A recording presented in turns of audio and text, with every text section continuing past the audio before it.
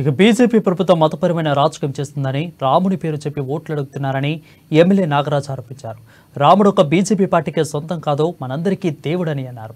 దేవుడి పేరుతో రాజకీయాలు చేస్తున్న బీజేపీకి తగిన బుద్ధి చెప్పాలని, రాబోయే పార్లమెంట్ ఎన్నికల్లో కాంగ్రెస్ ఎంపీ అభ్యర్థిని భారీ మెజార్టీతో గెలిపించాలని పిలుపునిచ్చారు.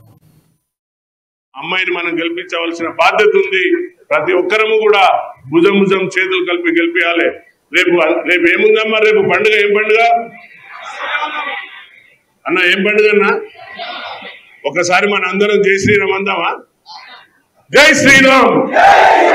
మనం జై శ్రీరామ్ అనుకుంటే మనం హిందువులం కాదట. Only Bharatiya Janata party హిందువులట. మనం హిందువులం కాదా? మనం హనుమానం మాల వేసుకుంటలేమా? మనం శ్రీరామనవమి కళ్యాణం చేస్తలేమా? పాల్గొంటలేమా? కాంగ్రెస్ వాళ్ళం కాదట. ఎంత మత కులాలను రెచ్చగొట్టి విభజించి డివైడ్ అండ్ రూల్ పాలసీలో పాలిస్తున్నారంటే, మీరు కానీ ఈసారి కాంగ్రెస్ కోటేస్తే మొత్తం భారతదేశం నాశనం అయిపోతుందట. టెర్రరిస్టులు తయారవుతారట.